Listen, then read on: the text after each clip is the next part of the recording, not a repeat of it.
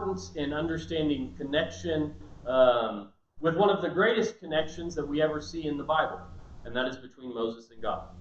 We're going to continue that conversation today. Last week, a couple points that we made that we're going to continue this morning is, number one, God knew, right? We finished last week with that two words that summarized chapter 2, which was God knew.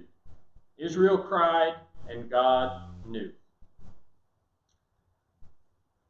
And then we briefly talked about, leading up to chapter 3, that God showed up to Moses, right? Moses didn't go seeking God. God showed up to Moses.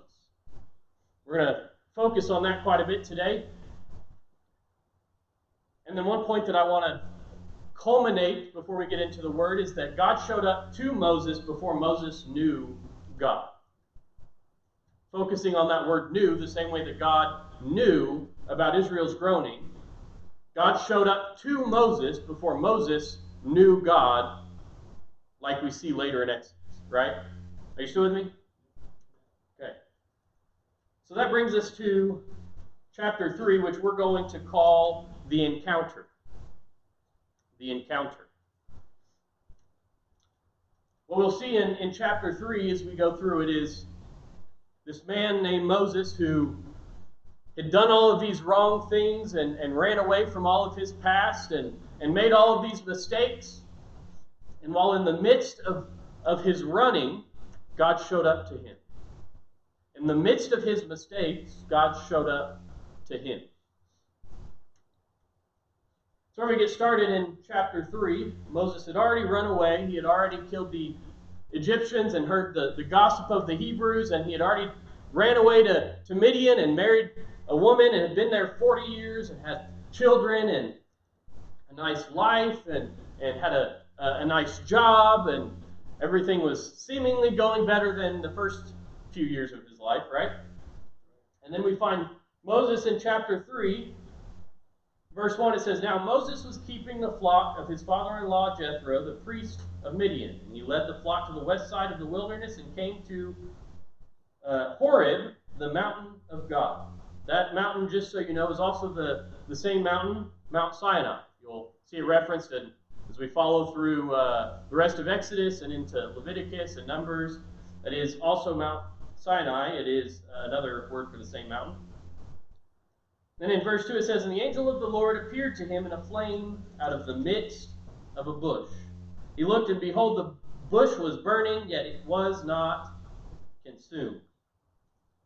We're going to stop right there for a minute, and I'm going to go back to verse 1. It says, "Now Moses was keeping the flock of his father-in-law Jethro, the priest of Midian, and led the flock to the west side of the wilderness and came to the mountain." First thing I want to point out is Moses wasn't in his prayer closet when God showed up to him. Moses wasn't at the altar praying on his knees when God showed up to him. Moses wasn't in the temple seeking answers for his life when God showed up to him. Moses was working. Moses was doing the same thing that he had been doing for 40 years when God showed up to him. Sometimes in our life we think that we need to over-explain ourselves to God because he hasn't heard us.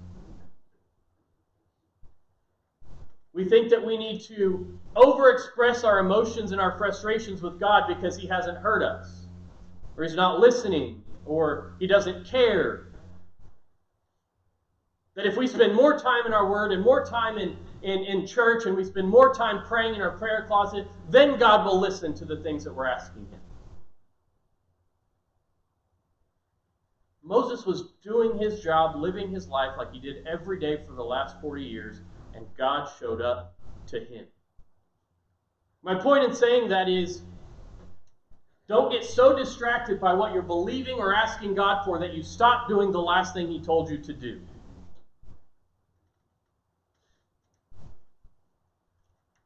If God told you to go be an engineer, then go be an engineer.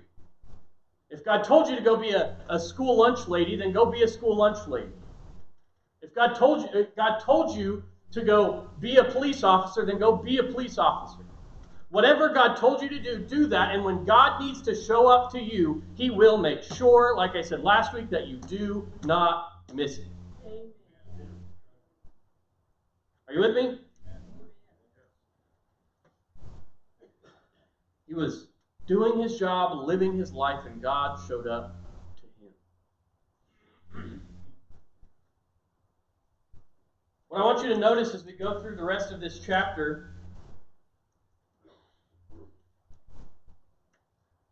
I want you to watch for it, and I'll go back and point him out after. The amount of times that this word says, God said He was going to use Moses, without asking, mind you. God said He was going to do this with Moses. He was going to use Moses, that Moses was His tool, all of these different things. And contrary to that, He says, Israel is the one asking me. Okay? So, you'll see as we go through this, the amount of times that God says to Moses, Israel keeps asking, Israel keeps crying, Israel keeps begging for this, Israel needs saved out of this persecution. And then his conversation with Moses is not, and they've asked you to be the tool, or I'm asking you to be the tool. It is, I'm showing up to you, I'm going to use you, you are the one that I've chosen, you are the one that's set apart. Israel asked, Moses did not. Are you with me? Israel asked, Moses did not. Moses was happy with his wife and his child, living his life, away from the people that were trying to kill him. He didn't need anything from God in that context at the time. And God showed up to him. So I'm going to backtrack because we already went over the first one. In verse 2 it says, and the angel of the Lord appeared to him. Appeared to him. In the flame of the fire out of the thicket, or out of the midst of the bush, he looked, and behold, the bush was burning, yet it was not consumed. It's interesting that it tag teams those two. Because remember, they're in a desert, and it was not abnormal necessarily for a bush to burn instantaneously because it was so hot. But it was abnormal for that bush not to be consumed by the fire.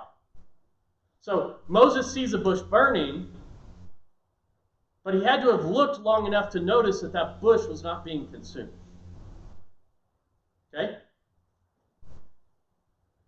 And Moses said, I will turn aside and see this great sight, why this bush is not burned. Because it doesn't say he's going to look why the bush is burning, but why it is not burned. When the Lord saw that he had turned aside, God called to him. See again, God called to him out of the bush, Moses, Moses. He said, here I am. Now let's pause there for a moment. He says, Moses, Moses. In Hebrew tradition, it is never by accident when you are called by your name twice. Samuel, Samuel. You see it countless times. Peter, Peter. In the Bible, when God is trying to make a point, he will call them by name twice so that they do not miss it. He says, Moses, Moses. He says, here I am. And then you can tell in the next verse, then he said, do not come near, take your sandals off your feet and place, for the place which you are standing is holy ground. The only decision that Moses has made so far is that he's going to go find out why this bush is burning. It's the only decision. He hasn't decided this was God. He hasn't decided that this is relevant to him in any way. All he's decided is that this bush is burning and it's not burning up, and I want to go find out why. So he's walking to it, as you would expect when you're walking to find out why a bush is burning. And then a voice calls out and says, stop, quit coming any closer, because the point which you are crossing is holy ground.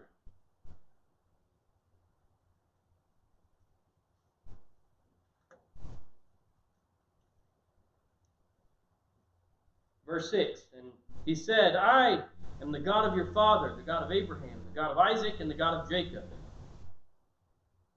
And Moses hid his face, for he was afraid to look at God. See, the moment he noticed it was God, remember we talked about last week, that same characteristic that follows Moses. He'll be brave in one moment. I'm going to go find out why that bush is burning and not consumed. The next moment, bravery is gone.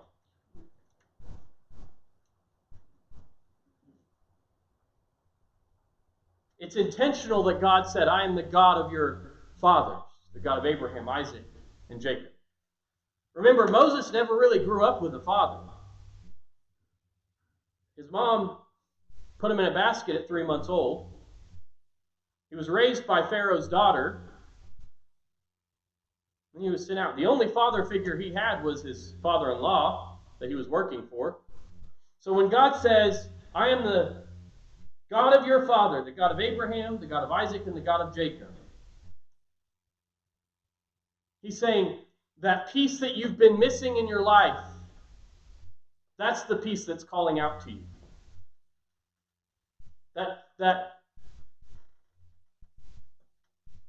uncertainty in your life. We'll see in just a moment as we continue that self-consciousness or uncertainty of who you are. There is certainty in the lineage you come from. He said, I am the God of your father, the God of Abraham, the God of Isaac, and the God of Jacob. And Moses hid his face, for he was afraid to look at God. Verse 7, and the Lord said, I have surely seen the affliction of my people who are in Egypt, and have heard their cry because of their taskmasters. I know their suffering, and I have come down to deliver them out of the hand of the Egyptians, to bring them out of the land to a good and broad land, a land flowing of milk and honey, to the place of the Canaanites, the Hittites, the Amorites, and the Perizzites, and the Hivites, and the Jebusites. Verse 9, and now behold, the cry of the people of Israel has come to me. See how many times in that passage that we see God say, they keep crying out to me, and I'm going to hear their cry. They keep calling out to me, and I'm going to hear their cry. But yet we still don't see Moses one time up to this point asked to be used by God. Not one time has he said, oh, yeah, I know that they've been grumbling, and here I am, God, I'll be the one.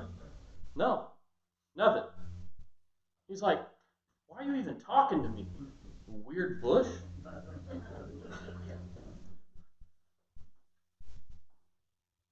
I have also seen the oppression with which the Egyptians oppressed them. Come, I will send you to Pharaoh, that you may bring my people, the children of Israel, out of Egypt.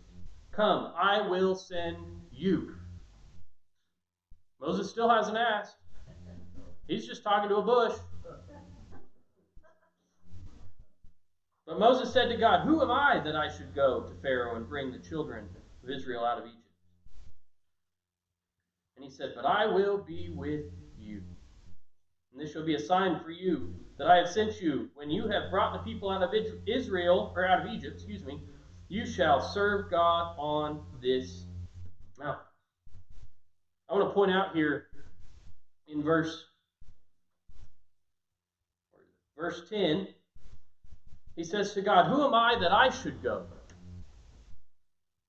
Remember, we just talked about his self-consciousness and his self-esteem issues.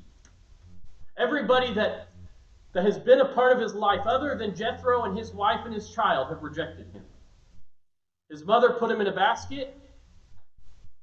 The Egyptians rejected him when he killed one of them, and then the Hebrews rejected them for even him being brave enough to protect one. So everything that he thought he knew about Egyptians and Hebrews has rejected him to this point. Right? Are you with me? So his self-esteem and knowing and being confident of who he is in Christ, or in God at this point, is shattered. Who am I that I should go? I'm a murderer. I'm a liar. We've all felt that way, right? Who am I that you should use me? I ran away. I'm fearful. I'm just this random guy tending the flock on the side of a mountain. I'm just this engineer, or I'm just this school lunch lady, or who am I that you should use me? And then you see God's response doesn't fix that problem. He says, but I will be with you. He doesn't say, this is who you are. He says, I will be with you. Meaning, it doesn't matter who you are. It doesn't matter what you've done. It doesn't matter what you've been through. What matters is that God will be with you.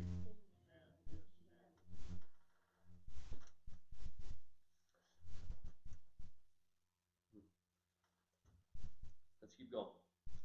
He said, but I will be with you, and this shall be a sign for you that I have sent you. When you are brought up, when you have brought the people out of Egypt, you shall serve God on this mountain. Then Moses said to God, if I come to the people of Israel and say to them, God, the God of your fathers has sent me, and they ask, what is his name? What shall I say to them? What an interesting question. What? Hey, God sent us to be saved from Egypt. What's his name? The same God of Abraham, Isaac, and Jacob. What do you mean, what's his name?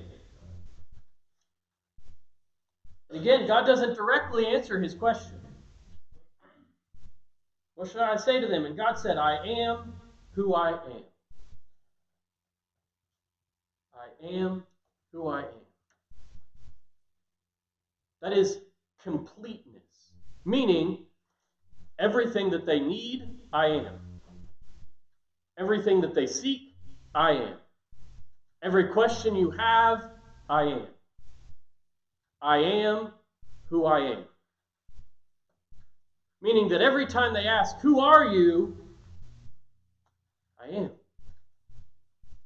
I need love. I need comfort. I'm lonely. I am. I'm sad. I'm depressed. I messed up again. I made a mistake. I am. What do I do? Where do I go? I need guidance with my life. What's next? I am. It was an answer that he could have said, I am, like I already told you, I'm the God of your fathers, the God of Abraham, Isaac, and Jacob. But instead he says, I am who I am. Tell them, he said, say to the people of Israel, I am has sent you. Because that means every time they ask, who is he? He is. Well, we're scared. Well, he's the answer. We're afraid. He's the answer.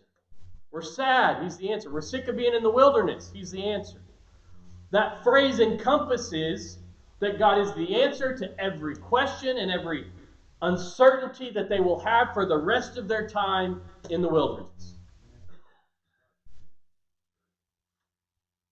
For every uncertainty in your life, for every question that you have about what you're supposed to do, what you're feeling, why you're angry, why you're upset, I am who I am.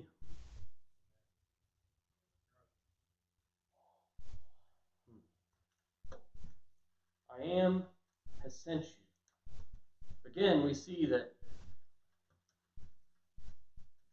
Moses still hasn't asked, and he says, I am has sent you.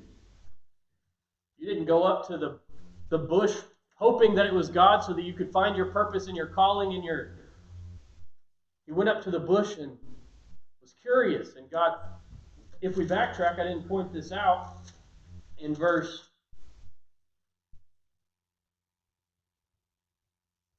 4 it says, when the Lord saw that he had turned aside, God called to him.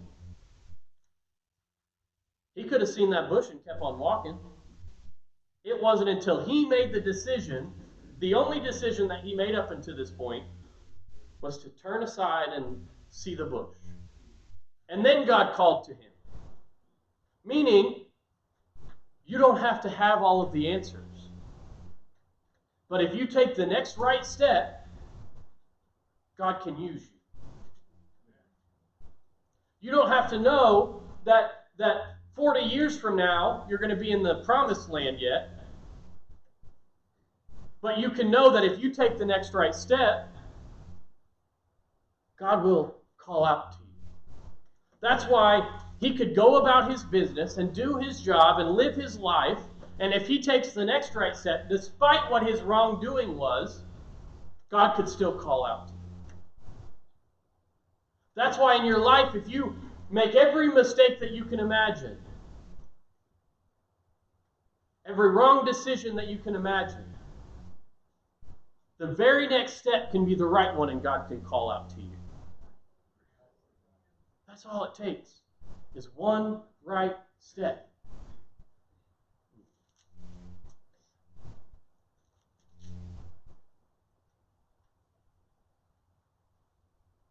God also said to Moses, say this to the people of Israel: the Lord, the God of your fathers, the God of Abraham, the God of Isaac, the God of Jacob, has sent me to you. This is my name forever, and thus I am to be remembered throughout all generations. Go and gather the elders of Israel together and say to them, the Lord, the God of your fathers, the God of Abraham, the God of Isaac, and the God of Jacob, has appeared to me. Again, God is showing up to Moses. Moses is not seeking. God appeared to me, saying, I have observed you, what was done to you in Egypt, and I promise that I will bring you out of the afflictions of Egypt to the land of the Canaanites, the Hittites, the Amorites, the Perizzites, and the Hivites, and the Jebusites, a land flowing with milk and honey. They will listen to your voice, and you and the elders of Israel shall go to the king of Egypt and say to him, the Lord, the God of the Hebrews, met with us, and now, please, let us go a 3-day journey into the wilderness, that we may sacrifice to the Lord our God. But I know that the king of Egypt will not let you go unless compelled by a mighty hand. So I'll stretch out my hand and strike Egypt with all the wonders that I will do to it. After that, he will let you go.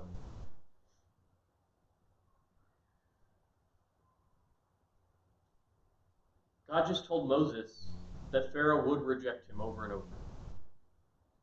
He gave him a heads up that you're going to have to do this many times.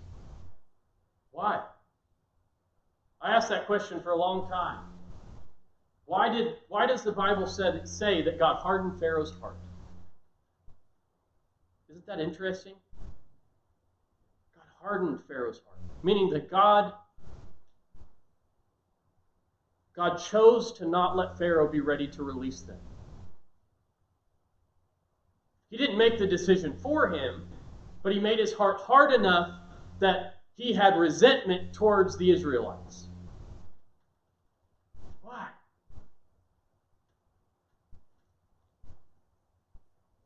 Because when they walk in the wilderness, and they're like, we've been at this for 40 years, God, where are you at? Moses can say to them, for the purpose of the Israelites, the same God that caused the locusts, the same God that caused the wasps, the same God that caused the death of the firstborn, that God is the one leading us to the promised land. It wasn't for Pharaoh, and it wasn't for the pain of the Israelites that God hardened Pharaoh's heart. It was for showing the glory of who God was to his own people and for generations to come. God didn't even need Moses. He could have just done all of these by himself without anybody going to Pharaoh, right? He could have sent all of these plagues onto the Egyptians and showed up to him in a burning bush and said, hey, let my people go. He didn't need a person to walk up and do it. But because he used a man like Moses, a man that was renowned in their culture, both as an Egyptian who was in power in Egypt and as a Hebrew that was living there, some scholars say that they even believe that Moses thought that when he was in Israel or in Egypt's palace that he still thought he was going to be this man because of his pride prior to God calling out to him. Meaning, he was a Jew that was in the house of Egypt, similar to, if we backtrack, to Joseph, in the exact same position. They thought it was a second coming. That's my paraphrase. A second coming meaning a alternative of the same in the house of the Egyptian Pharaoh that God could use and soften Pharaoh's heart. They built their family for 400 years in Israel, or in Egypt. They weren't partial to leaving. They had families, they had farms, all they wanted was the harshness. Every time they cry out to God, you can read in the last 2 chapters, was them saying, Egypt is too hard on us, make it stop. It wasn't set us free from this country. It was, they're abusing us, they're not giving us food, they're not giving us enough water, they're not giving us the resources to do our job. Make that part easier. And they thought, Moses could have been the answer for that. So he goes and he thinks he's doing the right thing by killing the Egyptian. I'm going to side with my people, and then I'm going to tell Pharaoh that he's being too harsh, and then all is going to be well. And everything is taken away from him. His pride is stripped. Everything he knows and loves is taken away.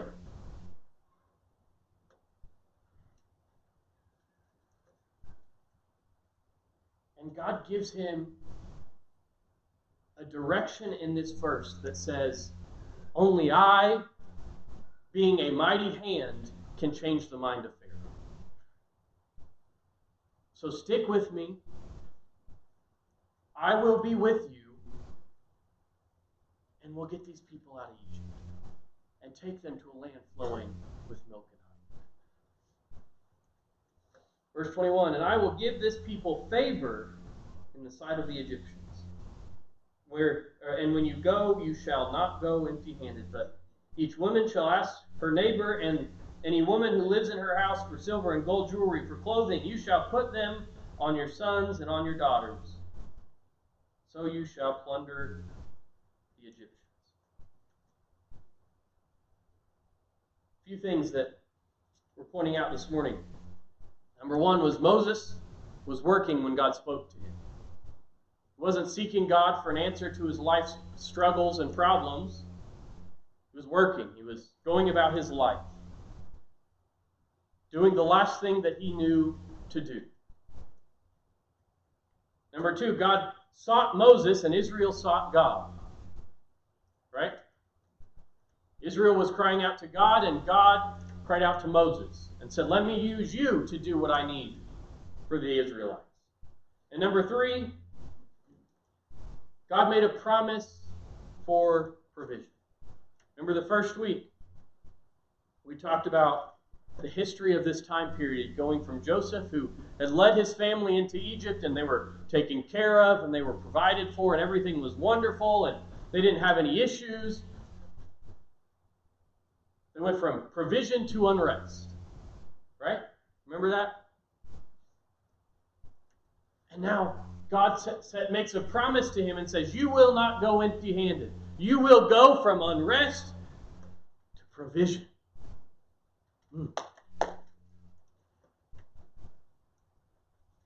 400 years they had been content and okay and satisfied with where they were. It's not great. I don't like that we get beat every day, but I go home and we multiply. My home life is great.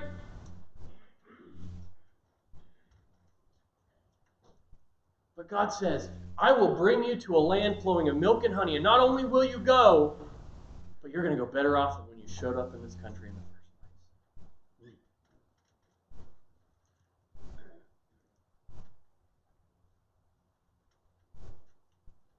Sometimes we get so angry or frustrated, or mad, or impatient, or whatever other adjective you want to use, because we don't know what God is doing in our life. Why are we going through the pain and the suffering that we're going through? Why haven't you given me an answer to the question I've been praying for 80 years? Why aren't you showing up in the area that I need you to show up? Why haven't you given me that promotion? Why haven't you, whatever it is?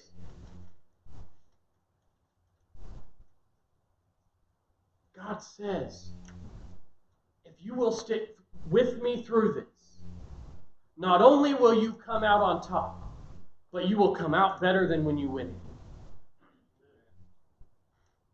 The fight that you're fighting today, it will come to an end. It will stop. There will be an end date. Not only will there be an end date, but there will be better on the other side because you stood with it when God said, I will be with you.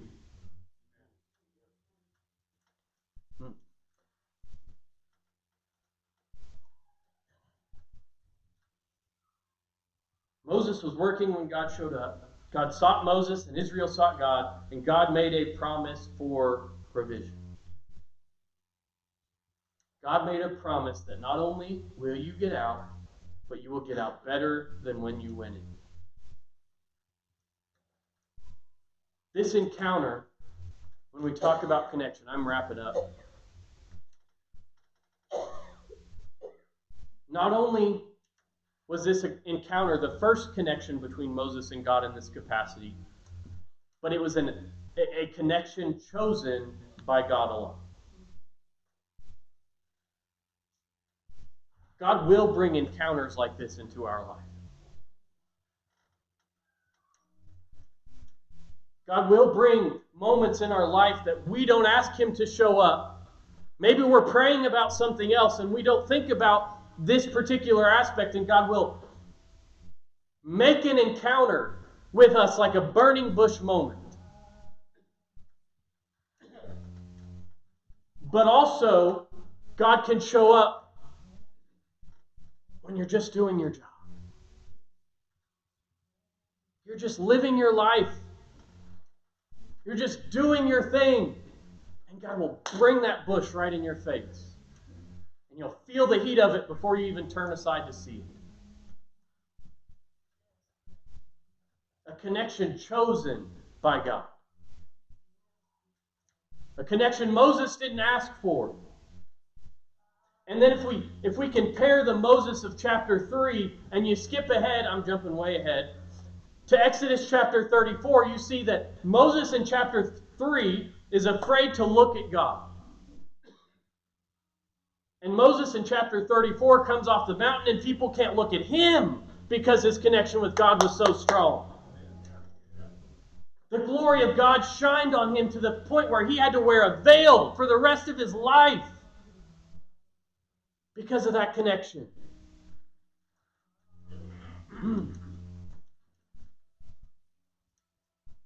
It doesn't matter what we've done in our past. I have no doubt in my mind that Moses thought of the things that he had done all the time. I don't know why you're using me, God. I'm still that guy that killed that guy back in, I don't know what time frame they used back then. But God called Moses. God chose Moses before Moses chose God.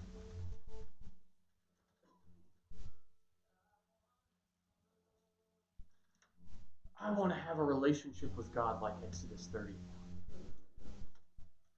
Where I walk out of my prayer closet and people can't deny that I've spent time with God.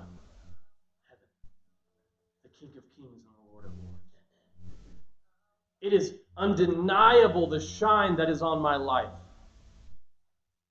A light on a hill that cannot be hidden. Because the connection that Moses had was so strong that the man that was afraid to look God in the face, in Exodus 34, it says that God spoke to him face to face like a friend. The same man. What does that tell us? That whatever our relationship is with God today, wherever we stand today, whatever our relationship is with each other,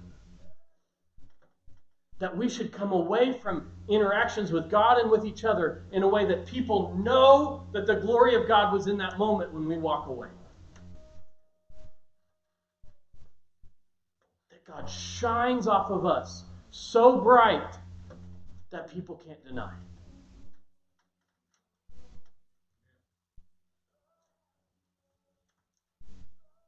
Moses went from a murderer to a man chosen by God because his connection with God was so undeniable.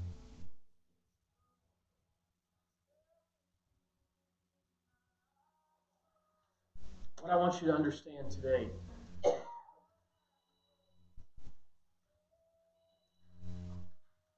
the reason that we're starting with this connection, the reason that this is where we're going to in the Word when talking about connection, is because you see a man who has destroyed his life.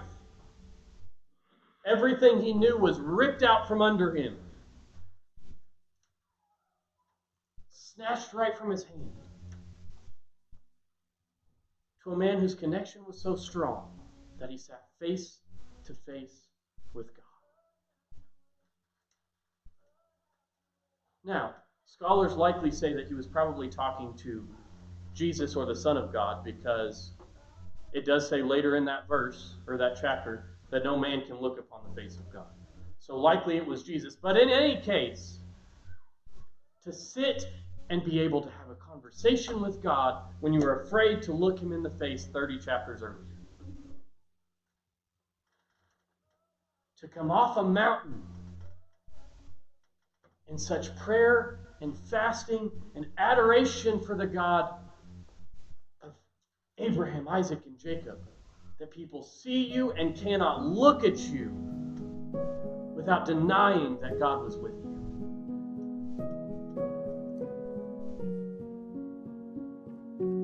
Connection with God is the first step in having any valuable connection with each other.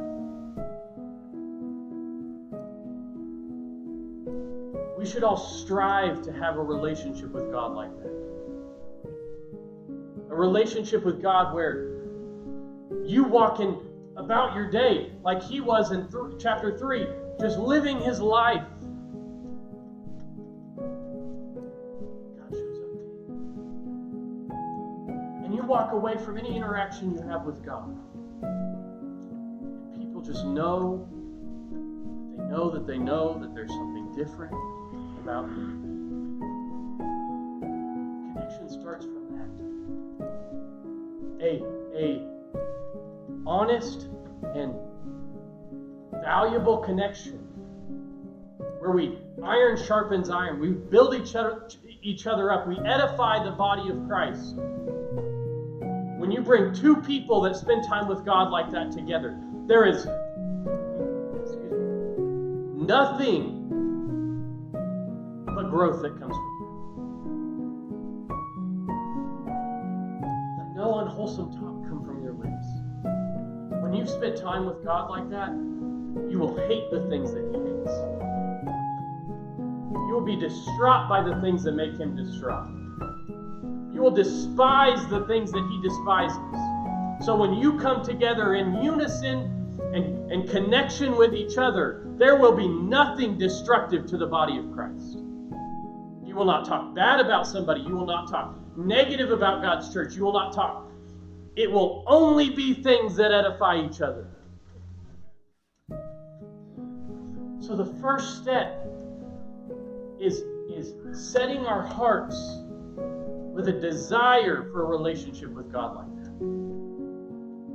An undeniable connection with God, both in our prayer closet and when we come down off the mountain. Lord, I thank you for every person in this room. Every person that's watching online, I thank you that